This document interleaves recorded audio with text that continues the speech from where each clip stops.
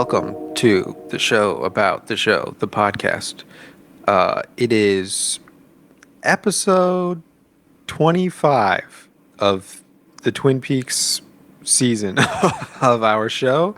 And I've already lost overall number. The 26th overall episode of the series, and it's the 17th episode of season 2. And I think it's my the 18th name, episode. oh shit. Okay, 18th episode of season 2. And my name is Ben. And fuck, I forgot I have to come up with a nickname from the shit. Damn it. What if you were able to do it on the spot? You just realized now, but you pulled out 3 brilliant ones. Okay, I'm the Pine Weasel. And Very good. I've got here with me that very cool looking sweater that Billy Zane is wearing. Will, Hi, everyone. hello, welcome. Shit, I thought you were gonna have a longer witty remark where I could think of a third one now. Okay, Oh. and Will, I've is your sweater tucked into your pants? For the purposes of the bit, yes. It's tucked into my underpants, just the way that Billy Zane likes it. and I've got with me, speaking of clothes, a double collared, shirted thing that Andy is wearing. Atticus. Atticus. How are you, Atticus? I'm good. Thank you for having me. No problem. Thank you, and welcome you all. Welcome everyone to the show that I always host. This is going so good. The This show is about the show better than I podcast. ever could have imagined. Fuck, I really can't remember what happens next. I've got a question for everybody. Fuck, what would you What is do? I really should have written out some notes for this part. I'm very sorry. Everybody's sick, sort of including me. What would you do if a new girl in town showed up at your local coffee shop and your elderly friend, who's also the director of your TV show, was yelling at her? I would stand up for her gallantly Yep. and say, Yep. stop. Heroes right here. How about you, Ben? I mean, yeah. I want to do what they did in the Twin Peaks, in this episode of Twin Peaks, though. To Yeah.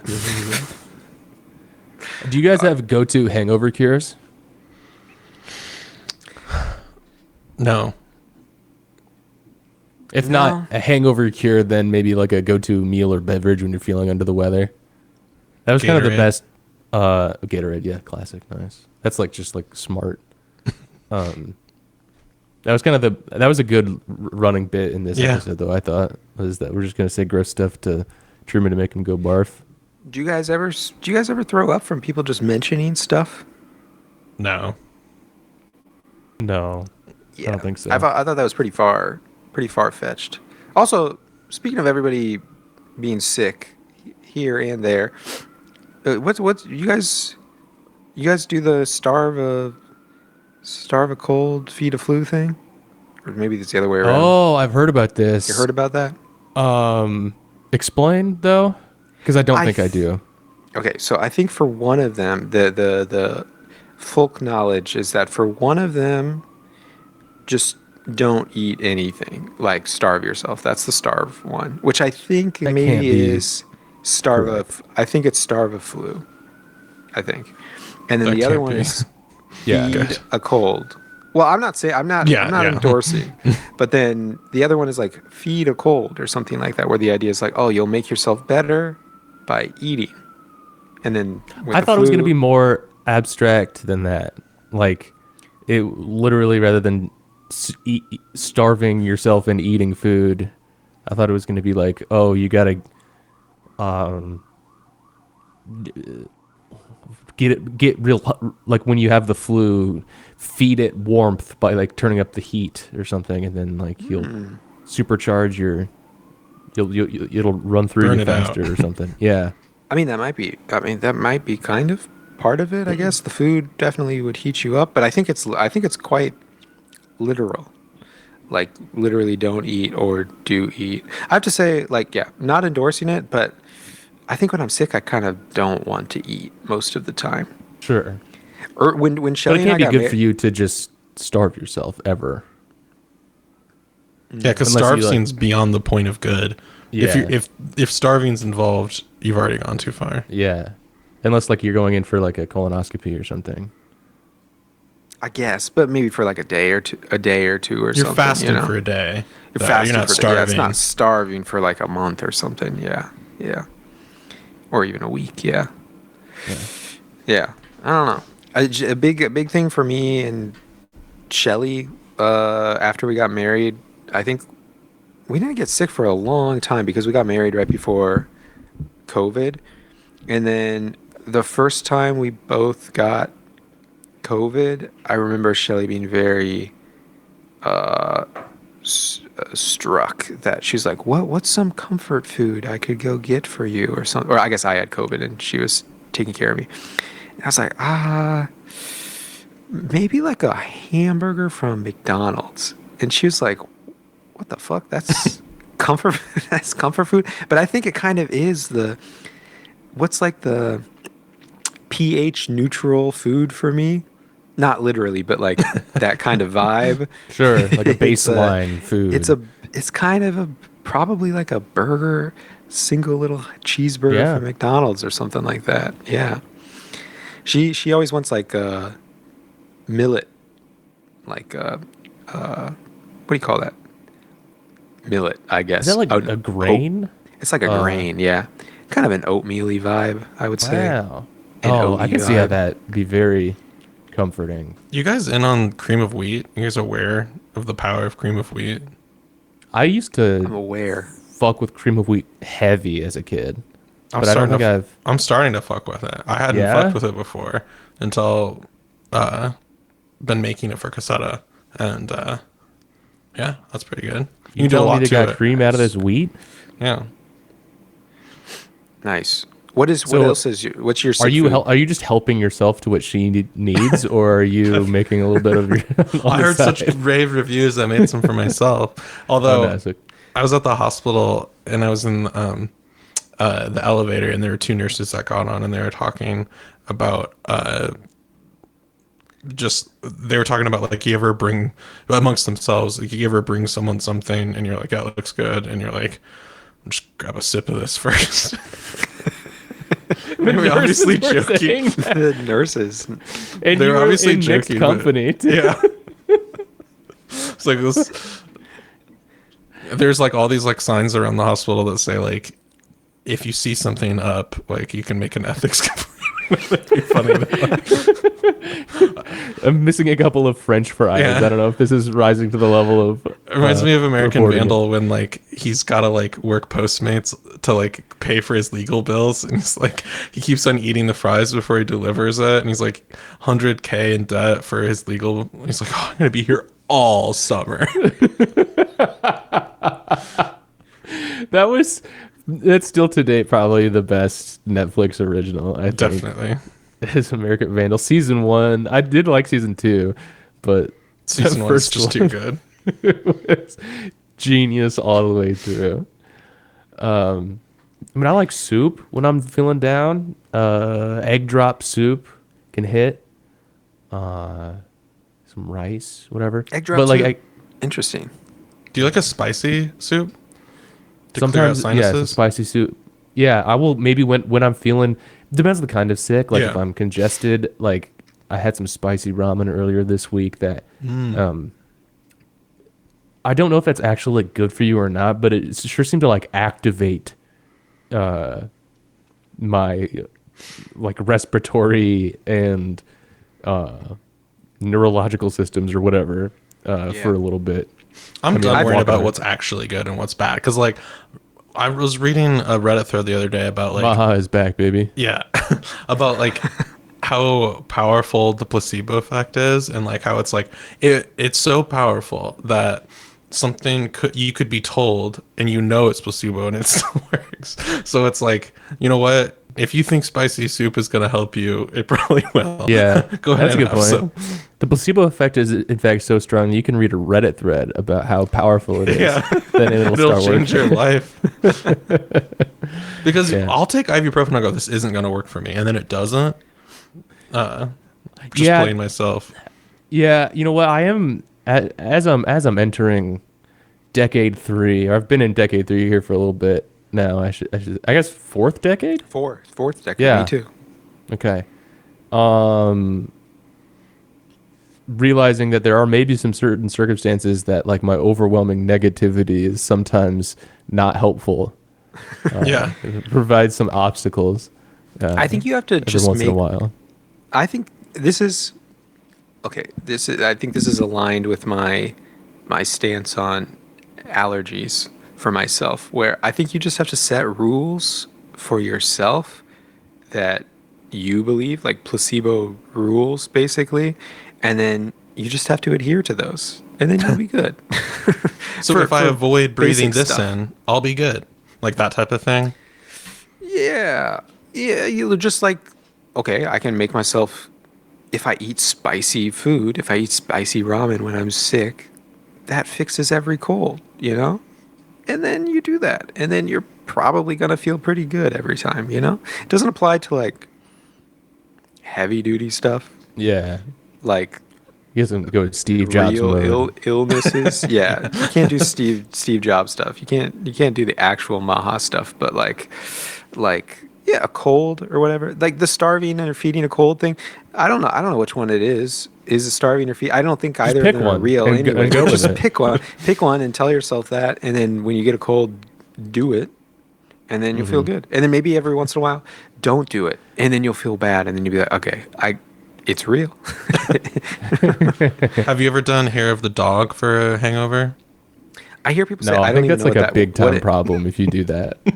What? Yeah, that is like one of the first questions they ask you on like Yeah. the questionnaire on with quick, yes, you have alcoholism. Right. Yeah. That's Wait. like then we can proceed to a whole different set of questions. Kinda thing. Wait, what- No, what- hair, what- hair from the what is dog it? that bit you is if you have a hangover is to just drink more, and then Oh. you know have a drink the next morning, and that's supposed to So I Is said that- hair cure you. of the dog, but it's from the dog. No, I mean hair of the dog is how people say Okay. it. Yeah. That makes more sense. I couldn't really connect it to. Yeah. Couldn't figure out what the idiom was. Okay. Yeah. I gotta say, I mean, not a heavy drinker, but does that not work? But I'm considering. Oh, I okay. remember watching some movie as a kid, and I think it was like some like hard-boiled detective type thing, and it's like first scene, the main character like wakes up and it's like in the morning and goes downstairs and pours a glass of like vodka or something. Yeah. And dad said something like, "Oh, that's not good," or something like that. And I was like, "Why not?" He was What's saying that wrong? about showing whatever movie that was to his young children. But I just remember thinking, or like being like, "Why is that? They gotta like?" I think he said What's something wrong like with the- drinking yeah, alcohol in the morning? Yeah, something like this person's got a problem. Like, what's the problem? It's like drinking a Well, also glass of because- straight vodka at 8 in the morning. Because also, like when you're a kid, though, it's like it doesn't make sense that like, oh yeah, there's this like poison that people drink, and it's like bad for you, but it's only but bad not for after you. 4. Right, exactly. Like it's like super bad for you in the morning, but it's like totally fine for you in the afternoon. Why? Okay, not the why, but like, it is kind of. If you go to a brunch or whatever, and you drink whatever they call vodka and orange juice, that's Screwdriver. okay. A screwdriver, yeah, that's okay. But if you drank the same amount of vodka but you took away the orange juice, that's not okay. I know this is kind of like a hack stand-up bit or something like that, but I think that it's brunches can often be just an excuse to get wasted. It's Sure. not actually okay. Any different. that's Yeah. also like a similar to your story though, Atticus. Like I went to brunch when I was a kid, and yeah, you stop. That's an excuse to eat pancakes and a bunch of waffles and sausage and stuff? Like, yeah, of course. That's what do you mean that brunch is for people to get wasted? Or just like how like orange juice or apple juice or whatever like is just flat soda basically too. Like that because it emanates largely from a fruit. We're like that's okay too. Yeah. Yeah. Just a permissions have- permissions structure around drinking. Ginger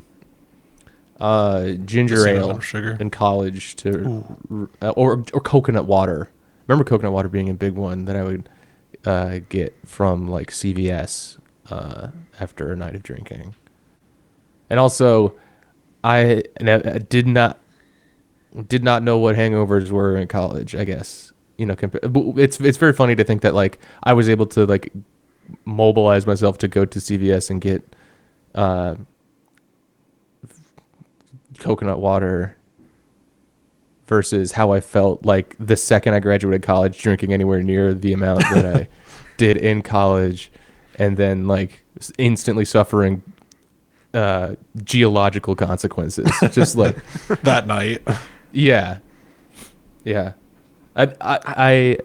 I'm so hangover phobic now. I can continue to get more and more hangover phobic as I get older. That like I think that's really it's kind of this built-in limiter. If I am drinking, it's just like well I'm not. The hangovers are like the worst thing ever, and so I will simply not keep drinking. Yeah, that's pretty good. I don't know if I suffer them harder than other people or I'm just like that much smarter than everybody, but like, I don't know. I just have such a bad time the next morning. I cannot function, man. I think that's what keeps me, I guess as I'm sick, but like, that's what keeps me from getting too sick is being vomit phobic or whatever. Oh, sure, being yeah. extremely scared of that since I'm a kid. And I'm like Yeah. probably about 20 years strong now, to be honest. Wow. That's actually crazy. Yeah. I think I had a pretty good streak there. I think I like middle school through college, I think. Wow. But then That's big time. yeah. Dang. I feel like it's only kind of like food poisoning that gets me now. That like they're just kind of like Oh, my smoke detector beep is beeping. Can you hear that? No. Am I gonna have to No. edit it? Okay, good. no. The food poisoning, I never mind. My house is on fire. Is that gonna bother the recording? Is it? It's gonna make editing hard, but I forgot I got food poisoned about 10 years ago and then embarrassingly messaged Will all night. Don't you remember? Yeah, I was concerned because it was. I did throw up then. Yeah, So, I yeah. lied. I thought you were just very drunk.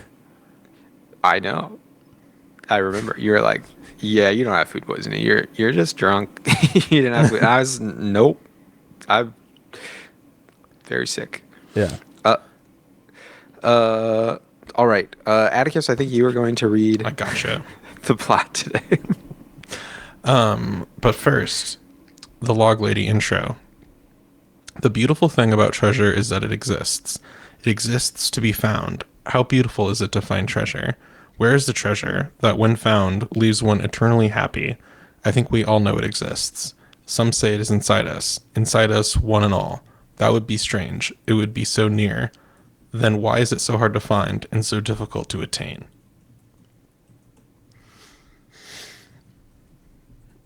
What you on about? What you talking about? The beautiful thing about treasure is that it exists. It's kind of a bar. It's there to be seeked.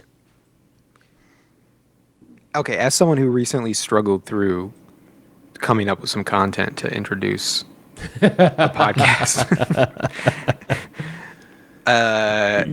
it does sound a little fill in space. Yeah, we. Wikipedia entry: The United States of America is a country in North America. When your Twin Peaks intro is due at midnight, and it's 11:59 p.m. You've been abducted. Can I also just briefly mention that this episode is called On the Wings of Love, and it aired April 4th, 1991. It was directed by Dwayne Dunham and written by Harley Peyton and Robert Engels. Do you guys mind if I pop in with some info like that? Go for it. All right. This episode is called On the Wings of Love. It aired April 4th, 1991. It was directed by Dwayne Dunham, and it was written by Harley Peyton and Robert Engels.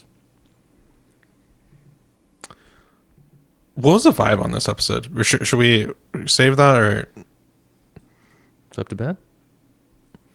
No, you can jump in. Eh. Kind of a weird one. I like Gary Cole being back, but Gordon Cole, yeah. oh, sorry. I mean, it's good to have the big man back to chew up some scenery. I don't know if it's because of my illness that I'm currently suffering through or what, but this episode felt particularly like a fever dream. Yeah. More than other ones, which is weird for a Twin Peaks. And not that it was like just so weird necessarily, but I don't know. There's some scenes that just seem to like just keep going. Far beyond the point where you thought they would be, and you just keep, or I just kept finding myself like, oh my god, we're still in this scene, just kind of looking around and just rediscovering myself that we're still in the fucking diner, for example. Wyndham Earl's lair is very fever dreamy too. Like that's what it feels like to be sick, is hanging out with Leo and Wyndham. Yes, yeah, all of the cards, the nonstop cards, Oh my god. card stuff, bro. Give it a damn rest. Are you playing cards or chess? He went through all the effort of cutting out two pictures for everyone so that he could tape it Yes. on both sides of the card, both faces. Like, we get the picture, dude. I don't think they even did that for like the digital like Iraq War trading cards that were big back in 2004.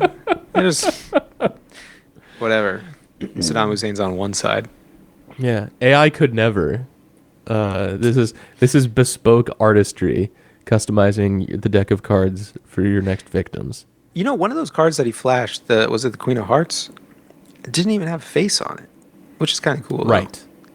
That was gonna be it was the Queen of Hearts for who's gonna win Miss Twin Peaks. I wanted to know, like, No face did yet. none of these cards have faces? Were they specifically made for people to cut out faces and put them on? There's like a supplier site for like intricate murder plots. Like if you're I need a blank Yeah. set of cards. They'll mail you an envelope of pre-cut jumbled magazine letters for you to do your ransom note. Okay, we ready for the first scene? Yep. Miss Jones caresses and kisses Harry, then puts a substance on his lips and then on her own and kisses him. In a trance, he sees and hears her as Josie until Jones reveals a Garrett and begins to strangle him. He is unable to reach his gun, but manages to overpower and subdue her. People love in movies, especially, to put stuff on your lips and then kiss somebody else. No, gross. Very gross way to be an assassin. I don't like it. Kind of a gross scene in general. Yeah. Yeah, you gotta feel for our miscellaneous bookhouse boy, who seemed to have been compromised and not remarked upon. Poor guy. Did you? I know that they don't. I know that they don't mention it in this scene. It comes out later, but I don't think that it's revisited. So I want to call it out now. Did you clock her nationality? Yes, South African. South that's right. African. Why does she not have a South African accent? Well, I guess implied nationality Right, because she wants to talk to the consolate. Yeah. It's probably Or for some fucked up maybe- weird reason. Maybe not. Maybe it's just like one of those things where like some,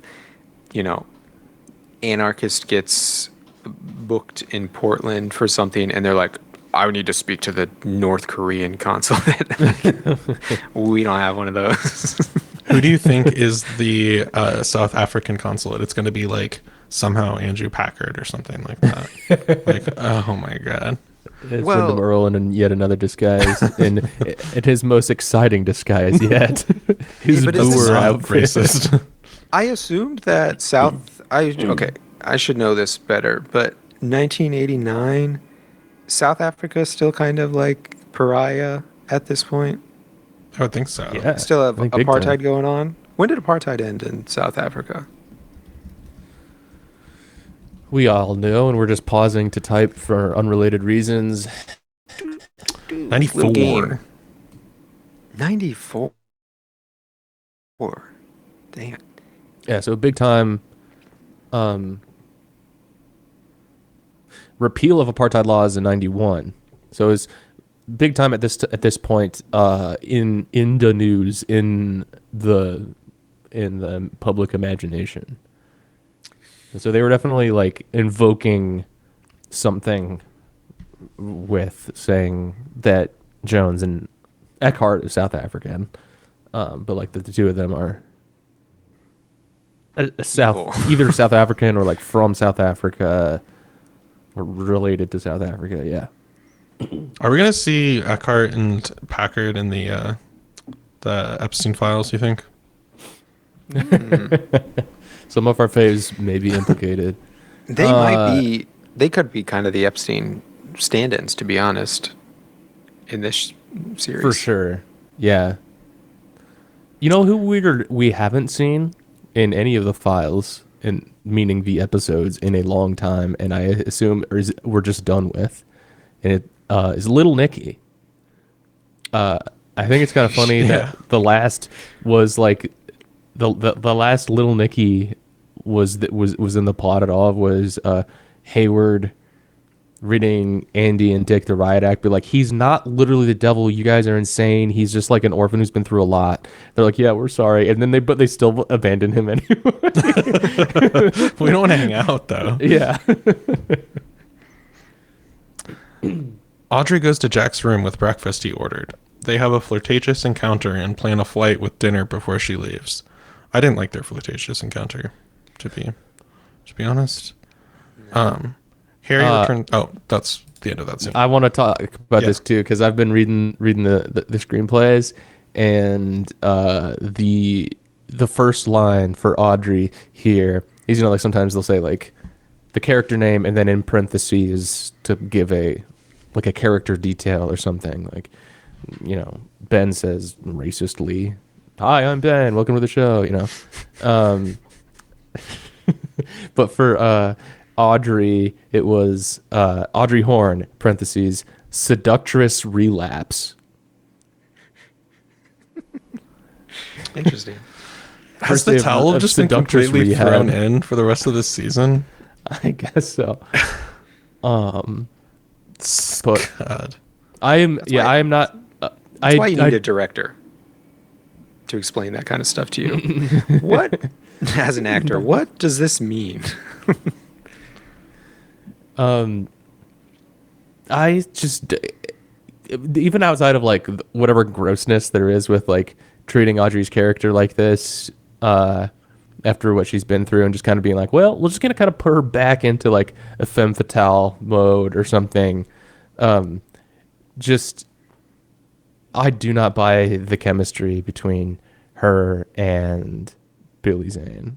I think that Sherilyn Fenn is way overpowering him. He cannot hang with her whatsoever. And like, no matter what the costume designers come up with, and they give him some incredible costumes, and especially this episode, but he like just hits the same look over and over again that is not working for me, you guys, frankly. I don't know. Maybe it's working for you. You remain unseduced by him. I'm remain unseduced by Billy Zane.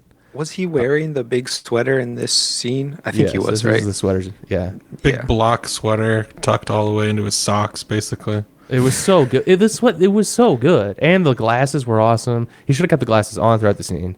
Um, they did an especially bad job with his hairline this episode, though. I Yeah. kept noticing. I don't know, man. A little Audrey dorky. deserves better. Ben, you have anything on the scene? Sorry. No, Okay. that's it. I just like the sweater. Yes. Harry returns to the station where he has incarcerated Jones, who wishes to speak with the South African consulate. He wonders why Thomas Eckhart would want him dead, and Cooper answers, with sexual jealousy. Oh yeah. Oh, that makes Yeah. sense. Oh yeah, I mean that literally is all he said. Oh yeah. Thanks. Sexual jealousy. Solved. Cooper then tells Harry a remedy for a hangover, the thought of which causes Harry to become sick. Is it the anchovies that pushes him over? I think so. That's a good bit. I do appreciate that bit. What would your final straw be to run to the bathroom? Would it be creamed corn? An offer of creamed corn? Maybe. I'd have to see it though. That's I don't. right. I think you. I think you could say anything to me. Loose creamed corn held in your hands. Room temp creamed corn. Yeah, I don't know what my line would be, but I remember. Atticus, do you remember our dad? Whenever we were feeling sick, he would say, "What you really need is a greasy pork sandwich and a dirty ashtray." Vaguely, that's How helpful he was. yeah. I also gotta say that Gordon Cole's just general volume probably isn't great for him. Oh my god, that would be miserable. Also, he's also grieving. He's not just hungover, you know. And they're like treating They it are like he went out on treating a. He was like it was his bachelor party or something. Yeah, yeah. Oh, he But went that's out a a little good- too hard good last point. night.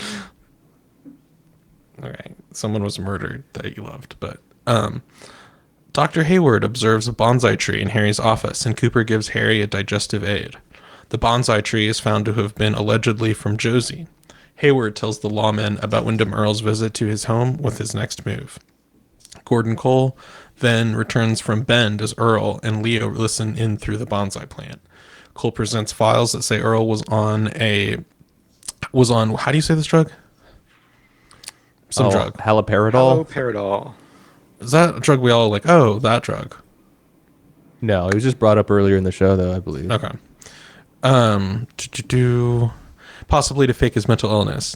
It also makes note of Earl's involvement with Project Blue Book in 1967. When Cooper says the word linkage, Cole is reminded of sausage and decides to go to breakfast. But first, he reinstates Cooper into the FBI and gives him a Smith & Wesson 10mm model 10076. After they leave for breakfast, Earl has Leo choose 3 cards from his hand, which reveal Queens, Donna, Audrey, and Shelley. Leo then correctly chooses the king, Dale.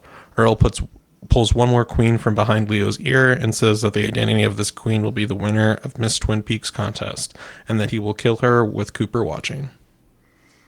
So many mechanics to his stupid game. Yeah. Yeah.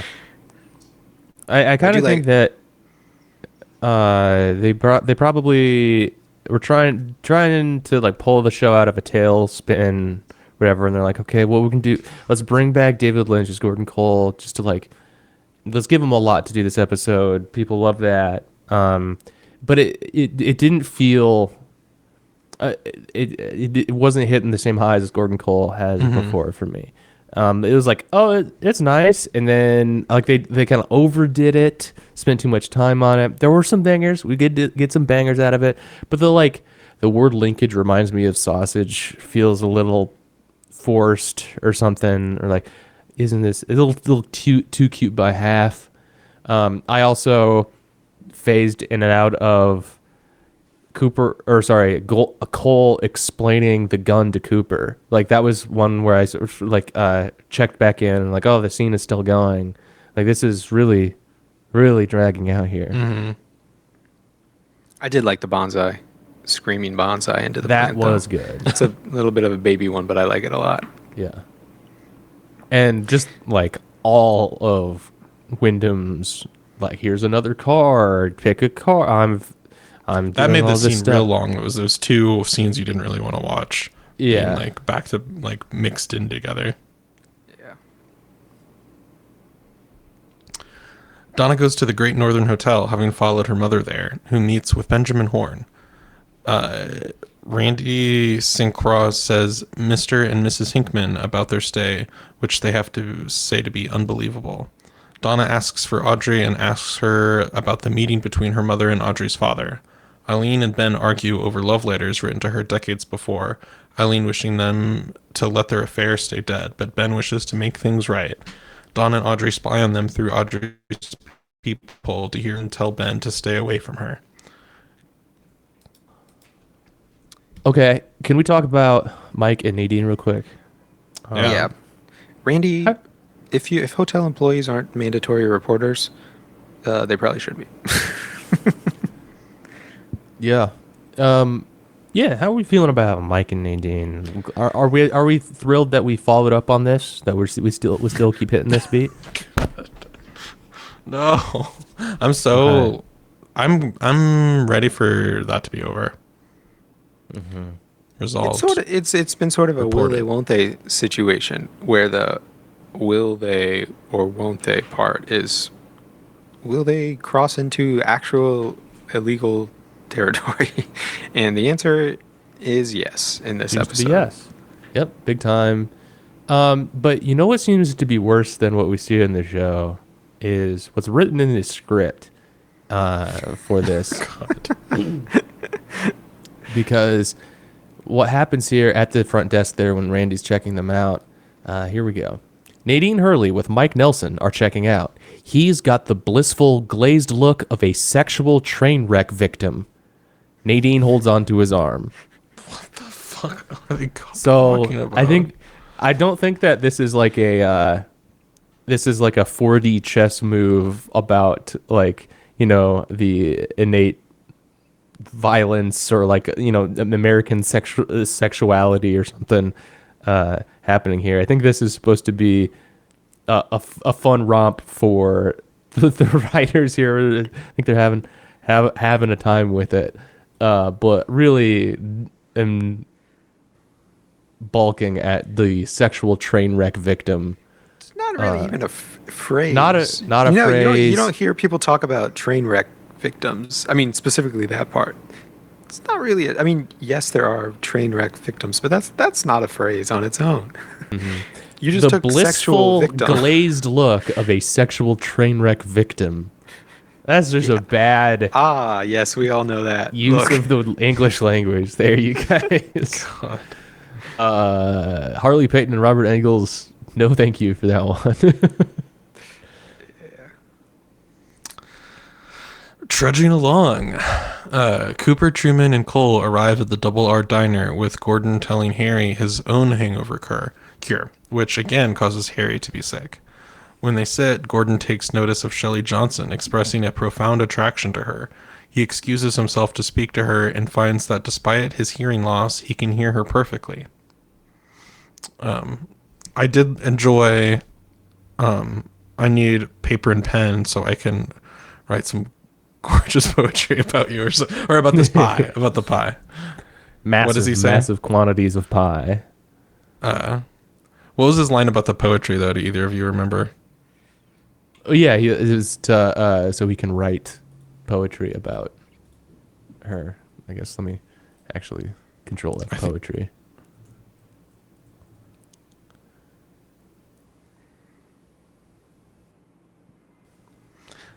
I think you've said this before, but did you say that is David Lynch a stickler to his scripts when he's directing and writing? I actually don't know. I wonder if It wouldn't surprise me either direction, frankly. yeah. I wonder if I believe he he's a very intuitive artist when he's making stuff, so I can. But I don't know what that necessarily means for the script. It's like the I guess if he was intuition- chill with just like some random person on set crouching behind them. Like that wasn't in the script. Oh, so. that's true. Yeah. That's a great point. I'm not finding it here in the script, actually. He orders a massive amount of pie, and then he asks for paper and pen so he can write a bunch of poetry about how good the pie is. Cooper draws on his napkin, combining the markings found on Major Briggs and Log Lady. When Harry returns, Dale sees through the window what he believes to be a chickadee on a Dodge Dart, but Harry thinks it's a finch. Annie comes over and confirms that it is a chickadee. She pours the lawman some coffee, with Harry noticing Cooper's attraction to Annie, especially when he begins to tell her a joke. Annie then notices Cooper's drawing, noting that it looks like it's from Owl Cave, so Cooper wishes to go there. This is another one of Really? those. You guys could have mentioned that you have a fucked up cave. Oh yeah, we have like a spiritual Yeah. cave that people do spiritual Yeah. things at.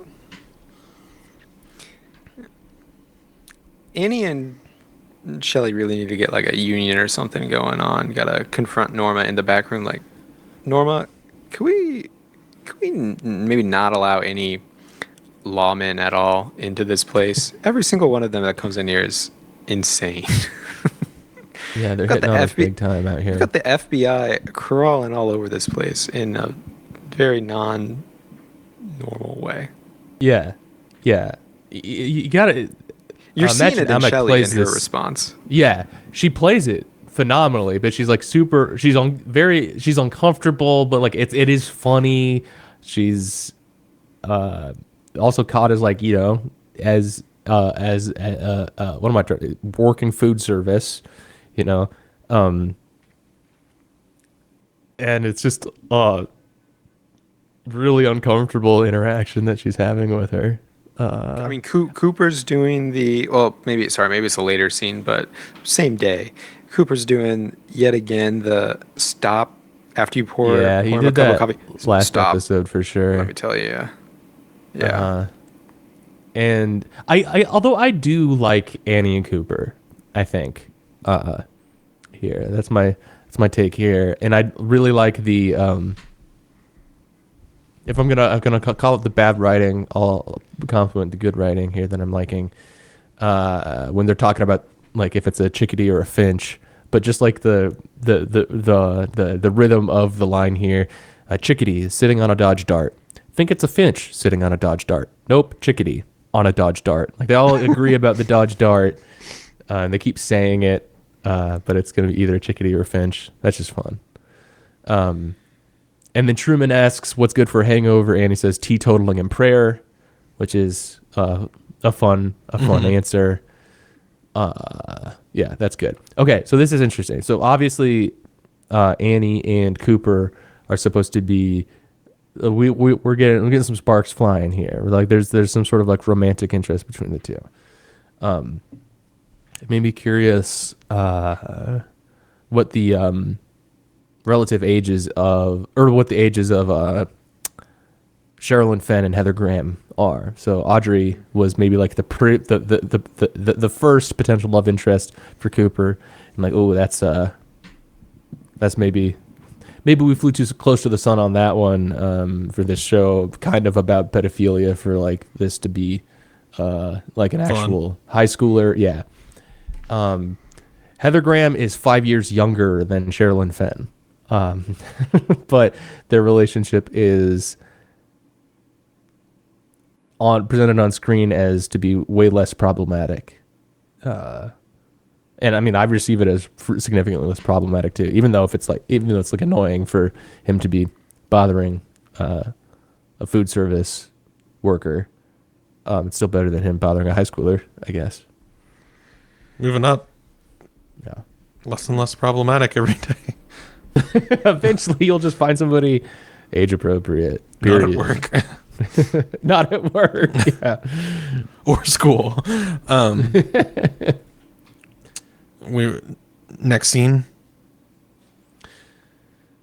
Sorry. Also, that's the kind of girl to make you wish you. That's the kind of girl to make you wish you spoke a little French, or knew a little French. Is That's is a good line. You like It's a that bar. one? I mean, it's not like it's a compelling line to say in some way. To shout. Yeah. Shout. It's a very, I don't know, grandpa line to me. Yes. Like, I get the sentiment. I don't like it, but and then also, again, I get the sentiment. I have no idea what you're actually talking about, though. Right. Yeah. I know what you're saying, but I don't know what you're saying. I don't know how you'd play it. I don't know how you'd actually do that. Donna sorts through the mail and finds a San Francisco postcard from James, who plans to go to Mexico but still promises to return to Twin Peaks. Don't wait. Don't wait for James. Don't hurry back. He's got a long way to go. I'm trying to think in my mind. Actually, is he halfway there? No. I think he's still less than halfway there if he's in San Francisco. He's still pretty far north, So very far away from Mexico. California. Yeah. He's really must think of himself as the most interesting man, writing postcards. Like, ugh. Yeah. That's good for him. The, though. the song plays. Everyone's benefiting. You can imagine the dumb things he's got himself mixed up into off screen. Like, there's been 3 women that have tricked him into doing something horrendously stupid. He keeps crashing his motorcycle into the sides of cliffs because the Roadrunner painted a tunnel on it. I have so many stories to tell you, Donna. Yeah. They're all about how dumb I am. But also, really quick before we move on from Donna, we did kind of gloss over kind of the major Donna stuff. I got more Donna for you. Okay, Gonna hit you with some more Donna. please. She then asks her father why her mother would be meeting with Ben, but he dismisses it as a meeting regarding a charity fundraiser in the silliest way possible. Flowers are then delivered to the house for Eileen. Okay, It's so always.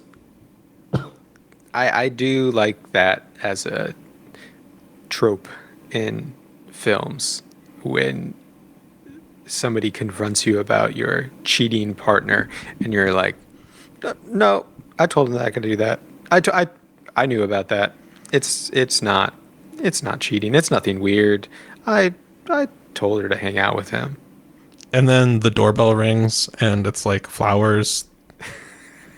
And they're like, Yeah. Dad, they say just Dad, you're wrong. I think the script says a petal for each lie her father told. Oh my God. Bars. Yeah. But so Donna is Ben Horn's daughter. Okay. Wow. Okay. I guess so, yeah. Interesting. At the library, Audrey encounters Earl, who is disguised as poetry teacher Edward Perkins. She asks him for help with the poem he had written her, and he has her read it. He comments that she looks like a queen, and she leaves. This guy's just creeping around town, being the worst. Yeah. Did your guys' copy of this episode have one shot at the beginning of this scene, where the video quality was really Yes. bad? Bad. Yes, I caught that too. That's very interesting. I wonder what was going on with that. They didn't have the film stock for the remaster or something. Yeah. They just lost that one. Actually, yeah. that one reel. No idea. Very strange. I was expecting it to turn into a VFX shot. Because and here comes the low resolution of the digital stuff that they're doing in 91 or whatever, and then no, it's just the wide shot that punches in, and then it's back to film quality. Yeah. I was double checking. Is something buffering here or whatever? Even though I'm not even streaming anything. Yeah, mine's just playing off strange. the disc, and it's Yeah. like that. I actually really like that. I really, I think that's a lot of fun. I would love to know what it takes for, remastering this. Do you actually have to go? You have to pull the masters and re-edit the film or something, or oh, what are you doing for this? And then one is just like, yeah, it was just that one wide establishing shot that it could have been just one camera that they lost the reel to or something. Really cool. The only thing about that scene I liked, because otherwise, yeah, Earl pulling some freak moves, and I mean, I guess yeah, Sherilyn Fenn is just outclasses everybody she comes into contact with. I think it's too bad that this series is failing her. At the diner, Annie examines a flyer for Miss Twin Peaks and explains to Shelley the difference between Covenant life and life back at Twin Peaks, particularly the presence of men, specifically Dale Cooper.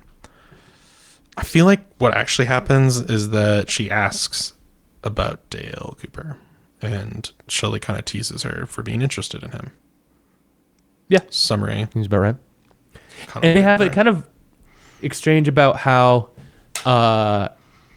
Annie says, like, everyone treats me like I'm like brand new to the world. When I tell somebody that I've left a convent, like we had cable TV, like we know what's going on in the world. And Shelley's like, oh, sorry.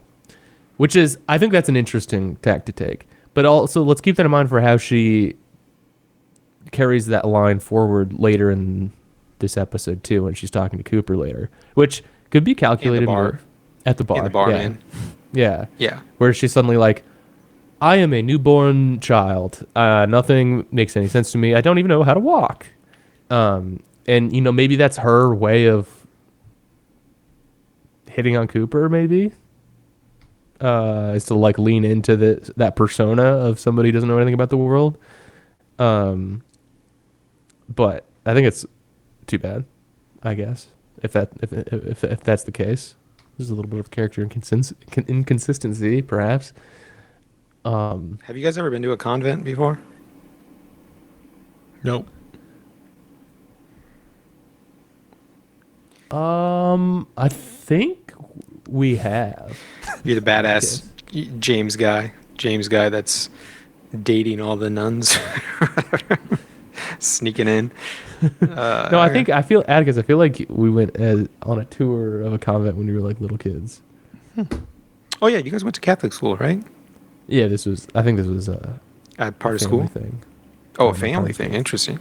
Was this like the school in Wisconsin or something? No, that was a different one. Okay. That was a different thing altogether. Yeah, But I there's remember. a big convent thing in nearer to you than me in North Iowa, South Wisconsin, something like that. Do you know what I'm talking about? My mom had an aunt who was a nun who was there. Was at the convent. Were you close to her at all? Did you know much about what her experience was like as a nun?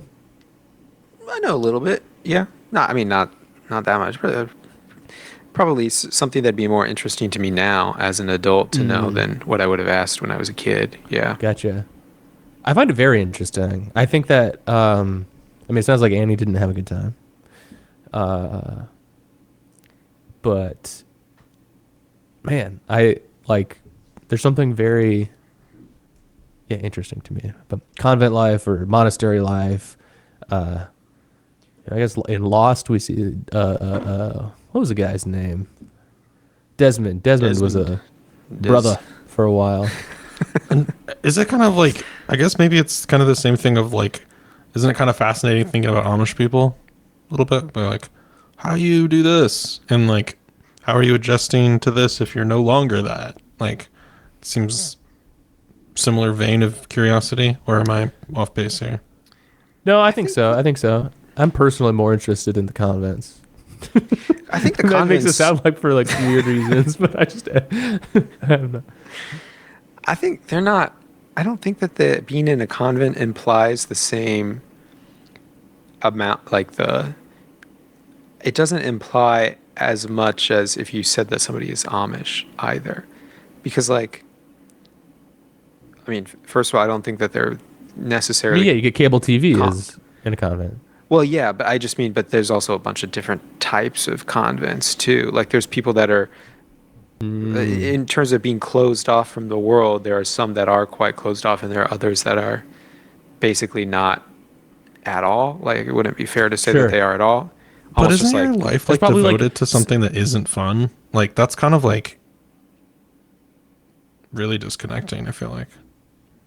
well, but I think they do a lot of different stuff though too. Like it's not. I mean, some places it's like in the Lost one, maybe some places. Oh, we're silent and we do a vow of silence and we make wine Right. and stuff like that. Very focused. But there's other places where it's just like, it's just a bunch of people and we kind of have our different jobs and stuff like that out in Yeah, the like I community guarantee. as well. Without looking into this at all, I guarantee there's like a convent or there's a nun on TikTok that's in a convent or something that's like, Yeah. that like will do lives talking about what it's like there, and it's like it's actually like it's pretty chill. It's pretty chill. Yeah. Pretty chill. But then yeah, they do My the aunt super was always severe vow saying. of silence type stuff. That is Hair also shirts. very interesting. That's the more that's the kind of stuff I'm more interested in, frankly. Is the The vow of silence stuff. the vow of silence, I don't know, the more severe ones, I guess. At the sheriff's station, Andy descends from the ceiling in front of Lucy's desk and tells her that he will be going spelunking. He promises her that he will be careful. Even for Andy and Lucy, this kind of just didn't hit for me. Oh, really? Yeah. I dug it. What is he spelunking from? The drop ceiling. That doesn't make any sense. Yeah. But You know what's- okay, this scene, I actually liked this episode, and I don't agree with you guys as much about kind of, I'm poorly paraphrasing, but like being bored by certain scenes and wishing they would just end. But this was one where I was like, okay, this is a little too long. It's going on a little too long. But at the same time, I appreciate, and I have to hand it to them on the absurdity of this Yeah. little bit. Yeah, I think the sound design helps a lot too. Just like the creaking of the rope as he's hanging there too. This was really fascinating to me. In the screenplay, this whole scene happens as like Hawk and Cooper and Andy and Harry are walking by the front desk, all with like ropes and stuff. And then Andy's just last, and Lucy stops him. Is like, Andy, be careful out there. And Andy, and it's supposed to be this part where like I think in the script it says something like, Andy, as manly as he's ever been, he's like, I'll be careful. And then like Lucy like fawns over him as he leaves. And so something changed between it. I'm not really sure how exactly this works.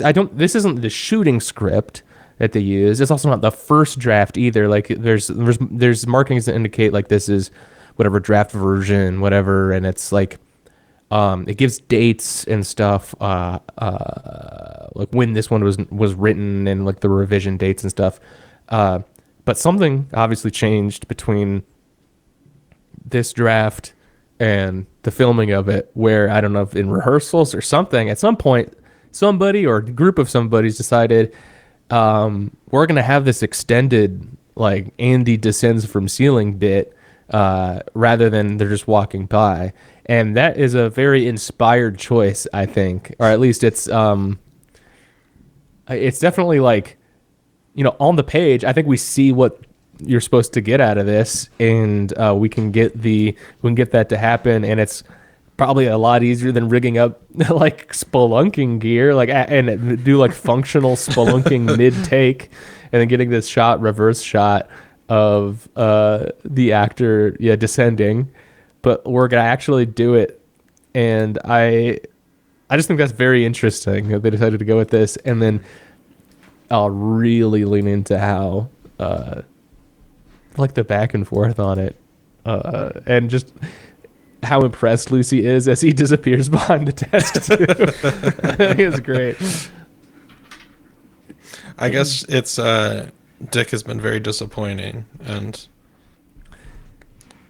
Andy's looking a little better every day. Yeah, yeah. I mean, doesn't she say something like how she's thankful for how he saved her or helped at the at the fashion show, and unlike a dick I know or something like that. A dick we both know, I think. A dick we both know. Nice.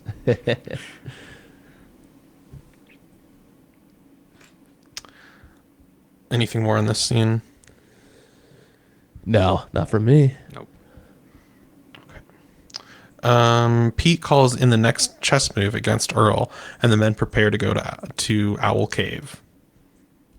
I like how they're just kind of, like leaving it up to Pete now. Like, we're not even gonna like check your work or whatever. Like, you handle like the murder stuff, right? Like, you got that. We're gonna like go check. Check out the I would part. trust Pete in the chess, but I wouldn't trust him in the grand goal. Like, you know what I mean? Like, I'd want to remind him every day that, like, hey, just so you know, we're trying to minimize pieces because that means people die. Yes, and I don't know if I would trust him with the like. You remember, like, call the paper like by a specific time, and at the very, I mean, like, maybe I would, but I would still like, this is such high stakes that like I'm gonna need like multiple redundancies to make sure that we have like the best possible chess move like lined up, like ready to go, like well before published deadline. I need people from the paper in on this too, to be Right. aware of like the stakes, or if not like Call the me if actual- Pete didn't call you. Yeah, like this paper does not go to print without a like verified Pete Martell like master move. Okay, so I don't like this whole like, all right, Pete, got it. All right, take it off. Just like fucking off out of there. All right, man. It's only like murder we're talking about. But I'm glad you got a new costume to buy, Agent Cooper. Oh my god. Yeah. You had to run out to Shields or wherever. Johnny Horn hollers as he fires arrows at targets. Ben then speaks to Audrey about his change in values, discovering the importance of his family and admitting that he was a poor father before, wishing to change this. He makes her his business partner and has her go on a business assignment in Seattle, which effectively cancels her plans with Jack, who enters. She leaves, and Ben asks Jack how to be good, which Jack finds to be in truth and honesty. Jack then admits that he is falling in love with Audrey, which Ben appears to approve of.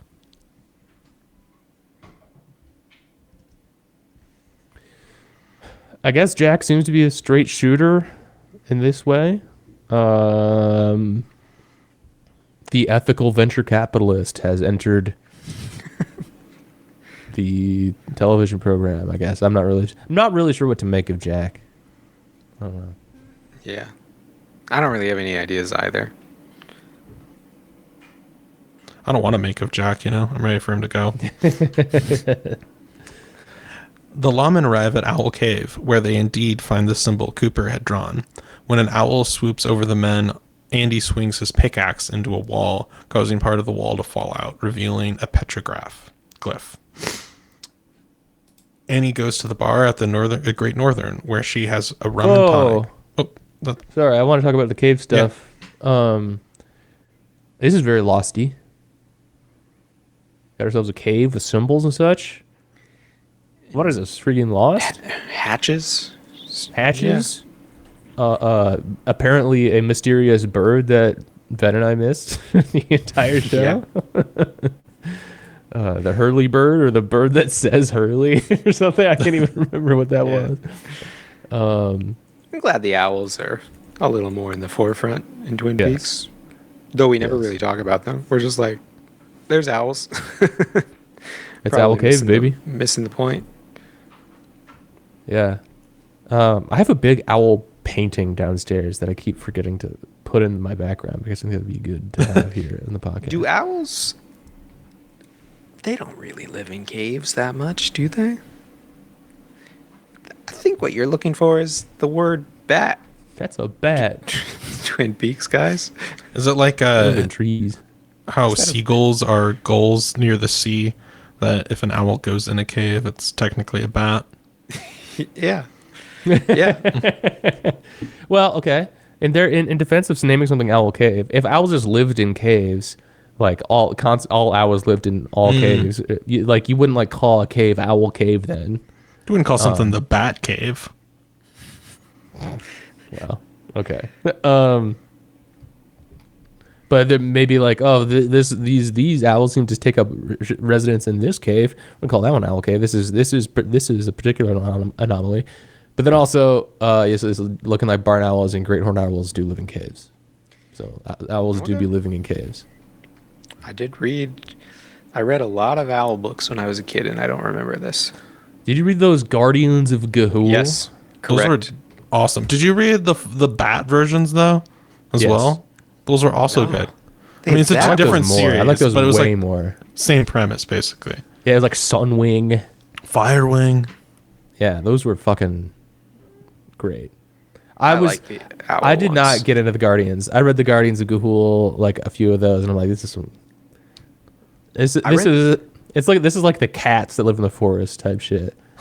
I liked either of I those. liked the Guardians of Ga'Hoole, I but like Guardians of the Galaxy. I read so many. How many did you read, Atticus? I'm would have thought I read all available, but the fact that you're saying a lot of them makes me think I mean, didn't read all. I There read like 20. Dozens of them. Oh, Yeah. okay. Then I didn't read all of them. How do they keep going? Is it the same owl the whole time, or they switch owls? They switch Owls don't live that long. Okay. Yeah. They switched owls. They yeah. switch owls. Nice. Oh, It's wait, sort of a- Atticus, it's you sort did of a read James the Bond Firewing situation. books.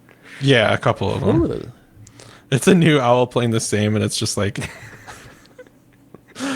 every owl looks the same, but we're pretending it's the same. Yeah. Do you think they'll make the Firewing movie? Did they make the owl movie? Did they make Guardians of Ga'Hoole movie? Yeah, they They made the did. Guardians of Ga'Hoole movie. Is it What do you think? animated? Yeah. Dude, they made the Aragon movie Oh my god, that's with so Jeremy Irons. Funny. That's so good. That was a big time one. Is Aragon Silverwing the dragon? was the Aragon was the dragon, yeah. So there was only 4 of the Bat books, and these were like proto YA because they came out in like the 90s, and early 2000s, like before Harry Potter kind of blew shit up. That was kind of So my they were- era. They were before To be the honest. Guardians of Ga'Hoole. It's not the same Yeah. actor or same author. Author, no. I don't Oh, think okay. so. I thought you were saying the same author. I even remember her name, Catherine Lasky. Nice, yeah. How many? There are 31 books, Jeez. including spin-offs and companion books. Do you know there's like more Hunger Games books? Like there's a new Hunger Games book like every year. Oh, I just saw a trailer at the theater last night for a new Hunger Games thing. Yeah. I thought those stuff was over. Going They're back for more games. Still, yeah. I'm hungry. Even more Hungry Man games. Yeah. I think it's coming out. Nice. I was a real snob about those books too. I was like, I'm too advanced for this shit. This is baby shit for me. I don't like these Hunger Games. It's really things. funny to like claim something baby shit when it's just like just accurately you're above the age. Like you're like a couple years over it. It's not baby shit. You're just Well, I mean, it's still YA, and I was a YA in the. But yes, exactly, yeah. they're pretty good. I think I did like the movies though. Like the Maze Runner isn't for me though. For example. No, those look awful. And then like Divergent, that looks awful. Yeah, is that the same thing? No, somehow that blows my mind. Wow, Like, it never occurred to me that those are different. it's so funny. Maze Runner I feel like and so many Divergent people, are not they the don't same. sound anything alike, but everyone's just like instinctively like That's the same thing. that's it's an alternate title or what? What is that? What's going on with Shailene Woodley these days? She's done with Aaron Rodgers. Wait, who was in the Maze Runners? What's a big name for the Maze Runner movie?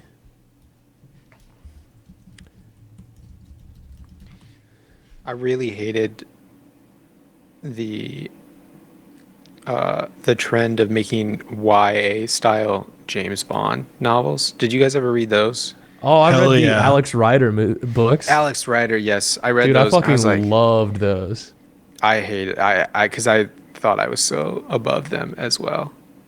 I was like, these are not. It's so funny to hate a book instead of just not reading it. But I understand, like, I feel like as a kid, it seemed harder to not, you got to hate on it. Now it's like there's so much to hate that, it's got to really You also had to. be in your face. You do have the incentive to finish books though as a kid. I think. Yeah. Like in school, because you got to read for school and stuff. Like, Yeah, the gamified you have to reading, read. dude. The gamify reading. They should have just given me the option to not just put the book down and say, "Fuck reading. I'm above all. I'm above all this." Oh man, Is anyone You- above their free reading book? Anyone above it? Do I have to do this if I know God's not real? There was, I was thinking about this week. Oh, this is crazy. I remember in fourth grade, like we had you keep track of how many books you read, and like at there's like a class chart, whatever, and like when you read a book, you come in and like check off whatever, like and the count goes up. And I was reading the Chronicles of Narnia, but it was comprised into one volume, and I Chronicle of Narnia. yes. The Tome of Narnia. And I remember like my classmates getting like hyped up because it was also like a group effort. Like, if we all collectively reach 100 books or whatever, we're gonna get a pizza party. I'm surprised that And- didn't incentivize you to slow down.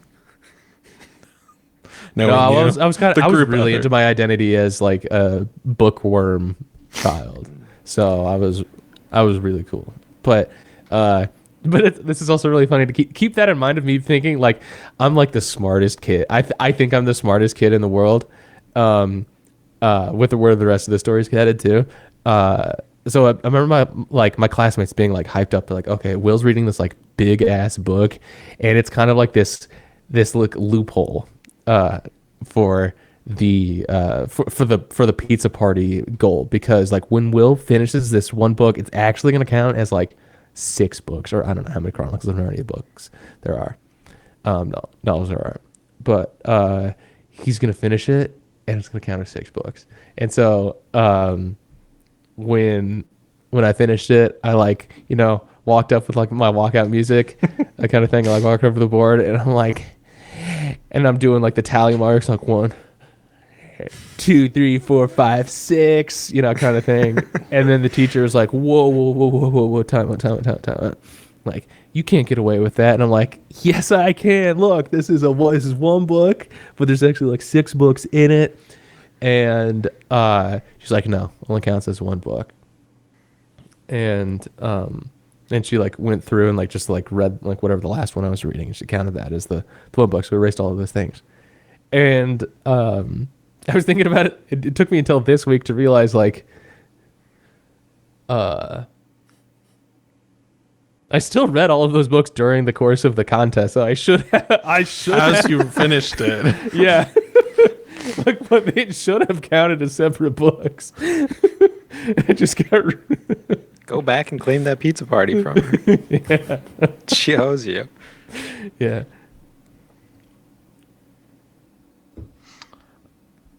Final scene. Oh yeah. Annie goes to the bar at the Great Northern, where she has a rum and tonic. Cooper joins her, and she discusses her past failure and her fear that it would happen again. Dale offers to help her if she is willing, and she accepts. Earl goes to the Owl Cave, where he finds the petroglyph, inverting it, which causes the cave to rumble. Who's up inverting their symbol? I know Wyndham Earl is. He's grabbing a hold of that thing, dude. got ourselves a phallus cave here. But yeah. That sucks when somebody inverts your Inverts your whole shit? in your shit, and then it triggers the cave collapse. Like, I guess that's just how things work, Turn the steering wheel upside down, car falls apart. Yeah. Showing back up to my cave, be like, God damn it, who inverted the symbol? Like, this is fucking such a mess, dude. Such a problem. We already kind of talked about Cooper and Annie this scene, but yeah, this is kind of where she's saying, I'm a babe in the woods. I don't know how to walk. You're gonna have to teach me." She's just trying to get him to pay for her drink. Now, how does this work? Now, this is. Do Here, I my drink wood, this? my wood tokens they give me at the monastery. Now, Convent. and I'm only allowed to get one of these, right? Like, oh no, this one's on me. You probably want me to order something cheap, right? Oh man, and there's not like really good versions of rum, is there? There's not like. No, what's like when they put the bottle really high up? What does that mean? Do they make expensive versions of tequila too? Just going through everything. Oh my god. I would be so good as a wily, beautiful woman in a hotel bar. Sometimes I think I've missed my calling. Just go for it. I just left the convent, fresh out the convent, looking for my rum and tonic moment. There you go.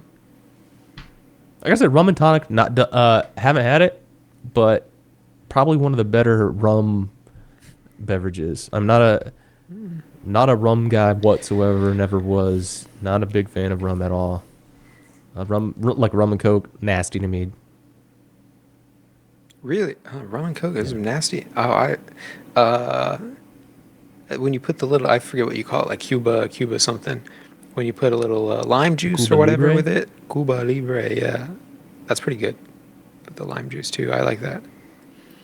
You should do okay. What's the? I'm trying to think of an example of this. You know, like this is like a movie twist. Well, maybe not like a movie twist, but like an in-universe movie twist sometimes, where characters realize, oh no, that very mysterious guy who seemed like he had such a sort of a Jay Gatsby type figure guy seemed so cool, and I just read the first book in my life and I realized that he was just pretending to be the character from this book. What's an example of that? There's got to be so many. I can't think of one. Anyway, you should do that for. Oh no, that guy at the bar was pretending to be Annie, background character Annie from Twin Peaks season 2, episode 18. Feel like Annie Blackburn. I don't know. Yeah. I can't think of an example of that. There's got to be so many. Pretending to be a Fictional character. stealing the backstory of a fictional character. Yeah. Usual Suspects, kind of. I guess. Yeah. Kind of like that. Yeah. I feel like I've seen it on sitcoms, like when someone's like, "Oh yeah, this happened to me," and you describe like the plot to a movie. Yeah. Like, yeah, I was actually shot in the back, left to die at sea, and lost my memory, and My God, turned out I was an assassin. And then I had to come to work, and it turns out I had a job here. Come do I had it. an uncomfortable realization this week that apparently my father is watching the Bourne movies via like vertical video platform, like clip by clip. Interesting. It's probably not a good development. We'll get you back on the horizontal video at the very least, and we can go from there. He had never seen the other movies? No, he has. I think that's a part of the. My father-in-law had been watching Mission Impossible. I saw they borrow our Paramount Plus thing, and just kept seeing. I think I said this last year, but he does it every once in a while. I just see the Mission Impossible movies tick across the scene of like pick up where you left off. It's That's like great. he's cycled back around to the first one again. You know, yeah. Trying to think It's just a good time. who would I steal?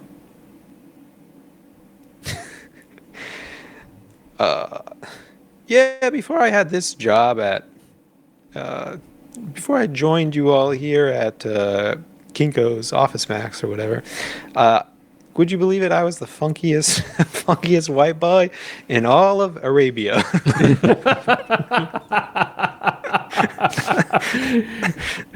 They called me Larry. Sort of there.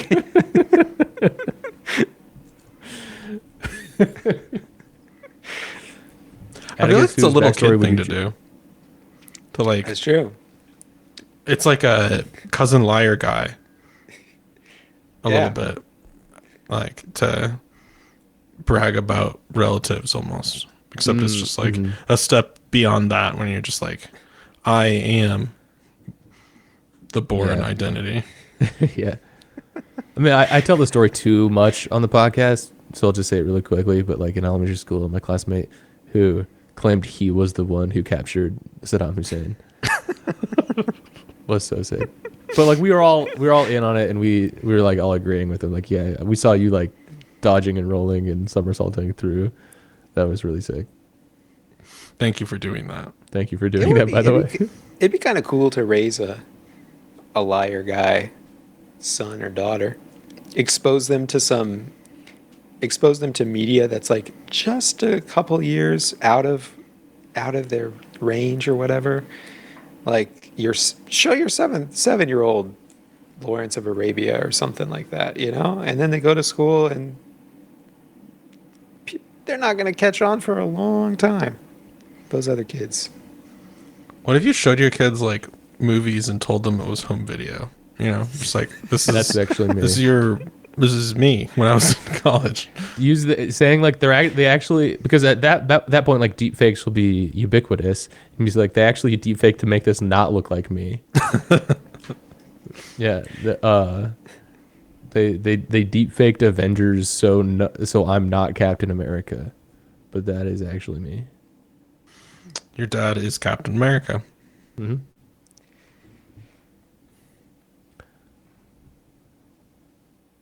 That's Uncle Leo on screen. The worst character. Well, gang, I gotta give Billy Zane outfit of the episode. I think by a mile, by a damn country mile. I'd say so. What about, I mean, we talked about it briefly, but there's a new costume. There's a new activity costume to be the spelunking fit. It's fun, but I think the spirit of outfit of the episode is, but we did give, I guess there can't be situational outfit, aka costume, that can creep in there, because like the sneaking sweaters got in there. It's also so nice to see Cooper back in the giant, stupid trench coat. Mm-hmm. Which seems And to he be was FBI. commanded to put that back on. Yeah. And it does seem to be like uniform for them, Yeah. not Well, just the suit. I wouldn't give it to this person, but I will just call it out. If we're talking about costumes, Mr. Mike. I can't think of what his Mike he was Nelson. pretending to. Yeah, I just can't think of who he was Oh, Mr. pretending to be. Hinkle? Hinkle. Mr. Hinkle. Did Yeah, have pretty good coat. a coat. Oh yeah, but I mean it's even considering this spelunking Still gear. Billy Zane. Yeah. Billy Zane's Okay. sweater is just The too glasses. good. The glasses, the trousers. I mean, it was fantastic. Nice. Good line. I don't think we said was, my socks are on fire. Oh yeah, Gordon Cole's in that. Yeah. I think I'm gonna give star of the episode to Sherilyn Fenn. Not necessarily because she has anything particularly outstanding to do this episode, but this is the episode where it made me think about how much she outclasses basically every scene partner except for the early ones. Like, put her back with Bobby, and that's electric. Put her in some other situations, and that's a good time. But yeah, I think that she is just, and she's doing it in a way that's not too showy. It's like sometimes that can be a problem too. It's like, yeah, I know, like, you can upstage me. I think she could just run circles around Billy Zane, but she isn't. So I think it's taken me a little bit to notice how much better she is than he is. But So I want to shout her out. Good job, Sherilyn Fenn. I didn't As Audrey have I didn't have a traditional star of the episode this time. It was a little, let's just say, even. But in a similar, so I think in a similar spirit, I'm going to give my star of the episode to the person who also, I think, dominated all of his scene partners by not even being on scene and upstaging them. Mr. Robert Bauer as Johnny Horn, just hollering in the background. Didn't even have to be on screen to upstage those other guys. I'll give it to Ben for the carrot performance. I feel like the carrot. Yes, good carrot work in this Yeah. episode for sure. Handing your boy a carrot like it's a cigar is good. Tapping it against your badge or your pin. Yeah. I'm just trying to be a good boy. It is making me remember like the magic of like earlier Twin Peaks. There was just like a lot of really great stuff happening, wasn't there? Makes me want to is really making me looking forward to the return, where I'm sure we'll get a return to all the things that we loved about the show to begin with. That's the point, I think. Do you guys have a rating for this episode? I'm giving it. I'd say it's a 2-bagger. 2 bags of popcorn. This one was better than last week's. So last week was a 2 for me, so I'm gonna give this a 3. Ben, you weren't here last week. Do you want to quickly give a rating for last week's and then this week's? I'd give last week a 2, and this week is also a 2 for me. Okay. Yeah. I don't know why I was more. You know what? I don't want to give in to peer pressure on 2, so I'm going to stick with 3. But I think we all know that it's actually a 2. Officially giving in. 3. Asterisk 2. All right. Any final thoughts? I don't think so. How many more episodes we got this season? It's weirdly 200. I don't know. Okay, we got Variations on Relations, The Path to the Black Lodge, Miss Twin Peaks, The Night of Decision, and Beyond Life and Death. Okay, So this is we're really getting 26 of 30. there. 4 more this season. Can I quickly tell you, Ben, you did a great job hosting hosting today. Thank you. Can I quickly read the intros that I wrote for you each in case I needed to do them in Yes. case? Okay. I could have provided this to you, Ben, but I decided to let you struggle through on your own. through it anyway. Just sleazy, rapacious heel was gonna be. I was gonna say that for me. I was gonna say that Ben wants me dead due to sexual jealousy, and Atticus is the type of girl who makes you wish you knew a little French. Those are good. Nice. But I guess I got to Billy Zane sweater instead. Where can we find us, Ben? You can find us on YouTube.com. That's right. Do you mind We're saying trending the- number 1 every week. You don't even need to look us up. Should be on your homepage. It's on mine. Doctor, do you want to say it? No, I'm So I don't sick. say You it go wrong. ahead. Dr. Skeleton. I actually can't say anything this episode because I'm not feeling that well. So you just go ahead, take care of it. You should probably search for it. It's got a blue icon. It's really really good for search engine optimization. I'll give you a hint. It's the least generically named show you could possibly name a podcast. The show about the show, the podcast. Oh Yeah. wow, we had a different Okay. Now you know the show Now you know, about the it's show, awesome. the podcast. See, it's on my homepage, which is how I found it so quickly. So maybe you There should you go. click the button, subscribe. Get on that. You can also listen to us on patreon.com/dr skeleton. Yes. But We do you have can a big subscribe. episode coming up of that. that we're probably going to do next Our week. end of year episode is coming up next It's gonna be a week good time. for 2025. And might as well skip 2026. We'll do that one too while we're at it. Anticipating what's going to happen. And you can find the podcast elsewhere, outside of Patreon. Yes. You can find it everywhere. Google.com. Like on the floor and stuff. RSS feed. Make some physical copies. Distribute them around your neighborhood. Dig in between your couch cushions. We're probably there. Yeah. All right. behind your pet's Did I ears. forget any other ones? No, that's it. I guess what are we going to watch next week? Next week we'll be watching Twin Peaks again, season Nice. 2, episode 19, which is also called episode 26. And the title of it is Variations on Relations. Fantastic. Bye.